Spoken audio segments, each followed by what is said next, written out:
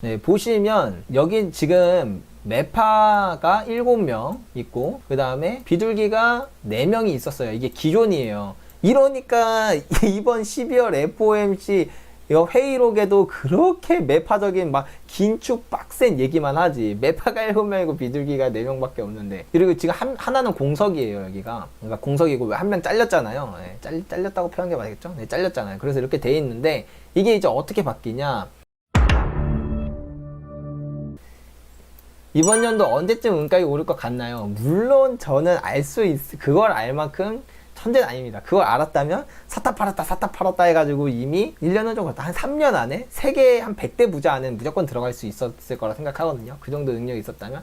여하튼 그럼에도 불구하고 이 양베리가 이 알량한 생각으로는 언제일 것 같냐 라고 하신다면, 아까 전에도 말씀드렸다시피 3월이 기점이지 않을까. 왜냐면 3월이 첫 금리 인상을 할 가능성이 70%로 좀 유력한데, 이때 만약에 금리 인상을 하게 된다면 사람들한테 일단 금리 인상이 시작됐다는 것만으로도 어느 정도 악재가 해소되는 부분이 있는데, 이때 FOMC 회의 때는 기조가 좀 달라질 것 같다는 제 개인적인 생각이에요. 왜냐면 이번에 그 연준 위원들이 정말 싸그리 또 갈아엎어져요. 공석이 3개가 생기고 그 다음에 기존에 있던 4명이 빠지잖아요. 4명이 교체가 되는데, 거기서는 이제 매파 3명, 중도 1명이 들어오고 이 공석 3명에서는 비둘기 3명이 들어오는데, 이렇게 되면은 이것도 한번 보여드리겠습니다. 이거를 그냥 보여드리는 게 빠를 것 같아서. 이게 어떻게 바뀌냐면 그 연준 의원들이 요겁니다. 요거 제가 직접 만든 거. 보시면 여기 지금 매파가 7명 있고 그 다음에 비둘기가 4명이 있었어요. 이게 기존이에요. 이러니까 이번 12월 FOMC 회의록에도 그렇게 매파적인 막 긴축 빡센 얘기만 하지. 매파가 7명이고 비둘기가 4명밖에 없는데, 그리고 지금 하나는 공석이에요. 여기가 그러니까 공석이고 왜 한 명 잘렸잖아요. 네, 잘렸다고 표현한 게 맞겠죠? 네, 잘렸잖아요. 그래서 이렇게 돼 있는데, 이게 이제 어떻게 바뀌냐, 이제 일단 이 2명 클라리다랑 그 다음에 퀼스가 빠집니다. 그리고 이제 비둘기 2명이 들어오고요. 그 다음에 브레이너드 그대로 있고 마셜 보우만도 그대로 있고, 여기 라파엘 보스틱, 그 다음에 토머스 밥킨, 메리 데일리, 에번스도 빠져요. 그래서 매파 4명이 빠지는데 매파 3명이랑 중도 1명이 들어오니까 어떻게 보면은 비둘기에 가까운 중도거든요. 그래서 이 중도 1명 들어왔다는 거.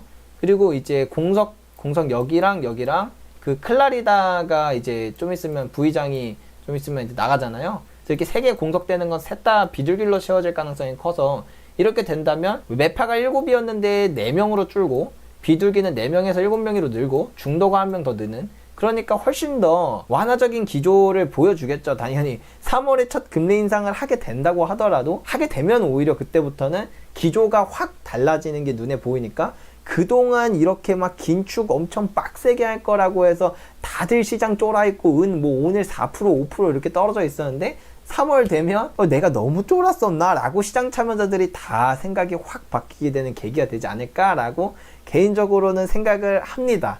근데 어디까지나 저의 뇌피셜이고 그냥 저희 알량하고 얕은 지식이라고 생각하시고 너무 맹신하지는 않으셨으면 좋겠다는 말을 끝으로, 그럴 것 같다는 느낌입니다. 요즘 언론에서 2021년 금수익률 마이너스 3% 인플레이션 해지 안 된다고 금 투자하지 말라고 다른 거 투자하라는데, 이 부분에 대해서 어떻게 보시나요? 이게 사실 1년이면 진짜 단기간이거든요. 근데 이 1년을 기준으로는 사실 그냥 아무것도 말이 안 되는 게 많아요. 예를 들면 금리가 내렸는데 주식이 안 오를 때도 있고, 금리가 올랐는데 주식이 오를 때도 있고, 뭐 이 단기간으로 보면 그런 것도 가능하다는 거죠. 그리고 예를 들면 뭐 양적 완화 기간에 채권 가격이 당연히 올라가야 되는데, 그러니까 채권 금리가 떨어져야 되는데 양적 완화 기간에 올라가는 때도 있고요.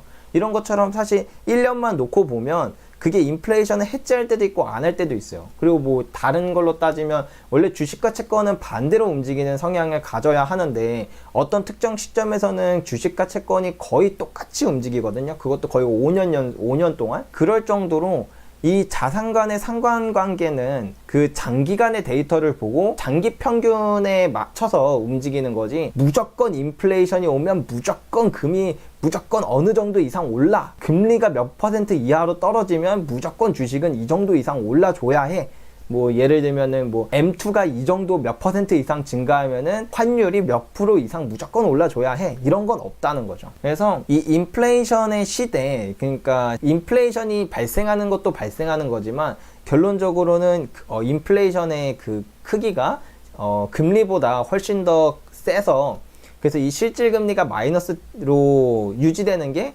이제 장기간 지속되었을 때 금의 상승이 엄청나게 폭발적으로 일어난다는 거죠. 어찌됐든 지금 실질금리가 마이너스인데 금이 그렇게 드라마틱한 상승을 안 하냐라고 말씀하시는 부분에 대해서 제가 말씀을 드리자면, 예를 들면 그런 거죠. 그 코로나 처음에 나왔을 때 작년 3월쯤이었죠.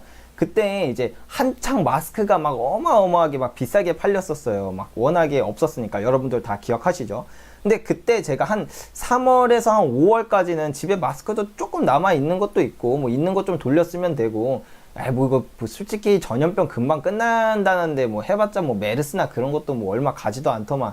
그리고 얘네들이 뭐 좀 있으면은 또 마스크 대량으로 찍어내겠지 하고 막 굳이 비싼 가격에 마스크를 안 샀거든요. 하나당 거의 한 3,000원 정도 했던 것 같은데, 너무 돈 아까운 거예요. 무슨 마스크 하나에 3,000원 주고 사나, 어차피 좀 있으면은 해결될 건데 라는 생각으로 안 사다가, 이게 생각보다 장기화되니까 어느 임계점에서 큰일 났다, 이거 진짜 언제 끝날지 모른다, 이거 그냥 1년치라도 막 박스로 사놓으면 조금이라도 저렴하게 사지 않을까? 라고 생각해서 그때 폭발적으로 소비를 하게 됐던 기억이 있어요. 그래서 그때 비싸게 산 마스크가 지금 아직도 저기 쌓여있는데, 이런 것처럼 그 인플레이션이 지금 되게 팡 하면서 튀어나왔잖아요. 근데 기껏 생각해보면 이게 1년 됐단 말이죠. 이 인플레이션이. 사람들은 이 인플레이션이 정말 일시적이면 어떡하지라는, 그러니까 실질금리가 마이너스로 빠져든 지금이 이게 일시적이면 어떡하지라는 그런 우려가 섞여 있다 보니까, 이 뭐든지 어떤 추세의 초입부에서는 그렇게 드라마틱한 상승을 하지 않는 이유가 이런 거예요. 왜냐면 사람들이 다 일방향적인 생각을 하지 않기 때문이죠. 일시적이면 어떡하지? 뭐 연준이 막 이렇게 긴축적으로 하는데 결국에 그러면 실질금리 다시 올라가는 거 아니야? 이런 우려가요. 근데 어찌됐든 추세성을, 뭐든지 이런 건 다 추세성을 띠기 마련인데, 이게 뭐 잠깐은 또 올라갔다 내려왔다 하면서 이게 추세성으로 하방으로 꽂히는 순간, 어느 임계점이 되면 사람들이 이거 하루 이틀 문제 아니다, 진짜 이거 지금이라도 뭐 인플레이션 해지 안 해놓으면 진짜 큰일 난다, 이런 생각을 갖게 되는 그 임계점에서 폭발적인 상승을 하게 되기 때문에, 단순히 올해만 두고 봤을 땐 연준이 너무 긴축적으로 그렇게 막 스탠스를 잡아내니까 사람들이 좀 그런 우려로 인해서 그렇게까지 뭐 수요가 없었을 수도 있겠죠. 네, 그런 것 같습니다.